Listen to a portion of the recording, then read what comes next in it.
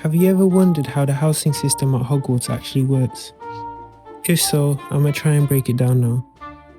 So, most people think the sorting hat just looks at you and places you into one of the 4 houses, but that's not necessarily how it works. The houses aren't personality tests and they're not labels, and they're obviously not. They're definitely not predictions of who someone will become. They're more so a starting point, so let's break it down. So the 4 houses are Gryffindor, Ravenclaw, Hufflepuff and Slytherin.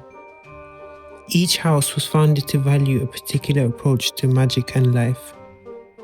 Gryffindor values bravery, so about choosing action even when it's uncomfortable. Ravenclaw values learning, so curiosity, creativity, and the desire to understand more is more important than just getting good grades.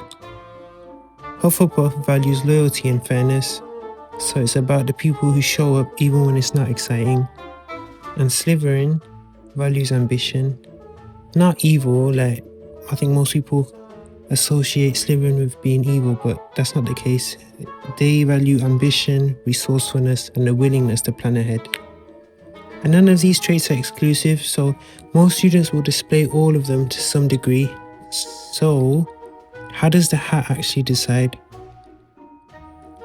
The hat doesn't just scan your mind for traits, it listens specifically to what you value. So, this is why the hat talks to students. It asks them questions and it reacts to their doubts, fears, and preferences.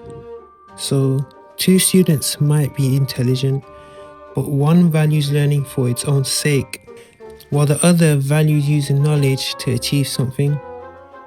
And those students may be sorted differently.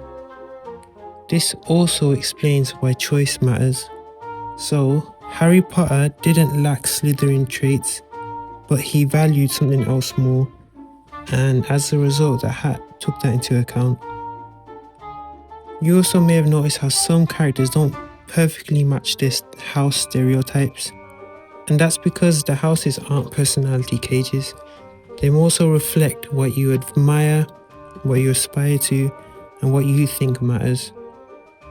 So, a shy Gryffindor isn't a mistake, and a clever Hufflepuff isn't someone who's been misplaced, and a kind Slytherin isn't a contradiction. The system allows for growth, and it doesn't lock students into who they already are. It nudges them toward who they want to be. So, the real reason houses cause division. Hogwarts houses weren't designed to divide students permanently. They were meant to create community, mentorship, and identity during early magical education. And the problem isn't actually the system, it's when people start to question it. By the time students reach adulthood, the traits of the houses blur. Former students work together, they marry across houses, and they grow beyond the labels. The houses matter most at the beginning, not at the end.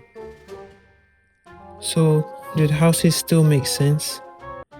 Kinda, but only if they're understood correctly. They are not rankings, they are not moral judgments, and they are not destinies. They are a way to group young witches and wizards at the start of their journey. What they become after that is up to them. Thanks for watching.